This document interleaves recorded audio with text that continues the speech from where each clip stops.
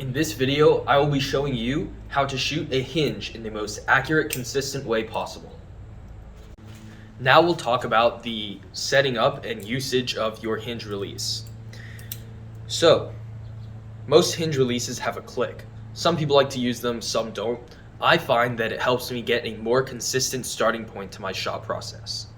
So, you want this release to click when you anchor. Observe. You probably heard the click. That happened right as I settled into my anchor and my elbow came back. What that meant is I was transferring the load of the shot into my back muscles, my larger and more powerful back muscles that let me hold steadier and have a more consistent shot. Another thing, the hand position of the release is incredibly important in making sure that it goes off the same every single time.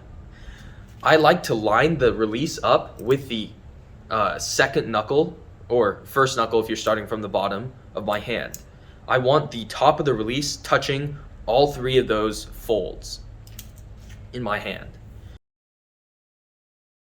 This lets the release go off in a consistent manner because your hand position is consistent. So, when firing the release, you draw, obviously, with more pressure on the index and thumb, so as to not rotate it and let it go off. But to actually fire the release, instead of just pulling harder and harder, which is very inconsistent and can often result in shots that are you're pulling too hard and they go high, or you're not pulling enough and they go low. So, what I find is the best is to imagine holding your bow against the back wall with these two fingers when you're ready to shoot. So, draw, anchor, let go of the thumb peg, slowly transfer pressure to your middle and ring finger, anchor, and then just pull with the pressure concentrated on your two fingers here, or three if you're shooting a 4-finger hinge. And the release goes off easily. Now that you've finished learning how to shoot the release on the string, it's important to take it to your bow because obviously that's what you're going to be shooting your hinge on. So it's very important to do blank bale instead of shooting at your normal distance, 20 to 60 yards. Because blank bale, you don't have the pressure of aiming at such a small target. With blank bale, all you're working on is your technique and making sure that you have it down. So this right now is my target setup because I'm training for an upcoming big competition. So I apologize. I know most of you will not have something that looks like this. So the process is almost the exact same as a string, except you have to load an arrow. So we'll take our release, draw, making sure to keep the pressure more on the index and thumb rather than your ring finger, because obviously you don't want the release to go off while you're drawing. So you'll draw, aim at the target, and you don't really want to aim, you just want to make sure your arrow's not going to miss. So aim, transfer pressure, the click as you come into anchor, and then just transfer the pressure onto your ring and middle finger and just hold it against the back wall with that. Complete surprise release. Quite frankly, that shot scared the hell out of me, and it should always scare you. You should feel jitters after you shoot. That is the most accurate way to shoot your hinge release. And now, after learning the release on your blank bale and the string, we can finally move to a target. I have my target set up down there at 20 yards, and I'm going to practice my shot.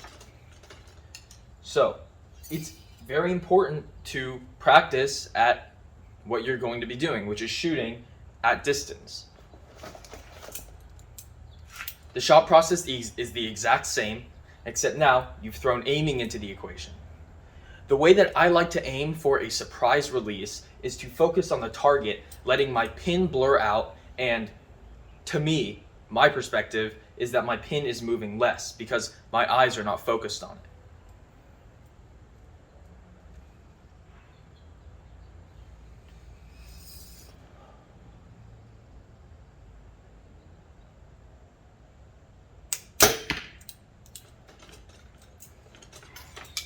A good shot. Another thing that can really help is having a clicker or counter or something that you can use to log your good shots. So what I would say is set a goal for the number of good shots that you want in a day and try to reach that before you go home.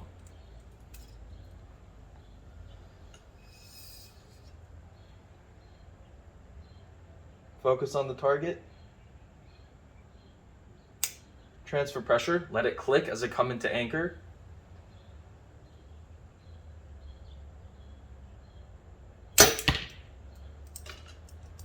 Another good shot.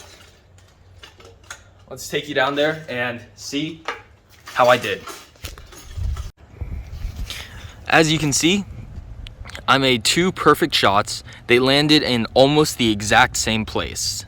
Now, they are a tiny bit high, so I do need to give my sight a tiny adjustment, but you can see the consistency and accuracy of the hinge release. Thank you for watching this video. If you enjoyed this video or found it helpful at all, please consider liking and subscribing.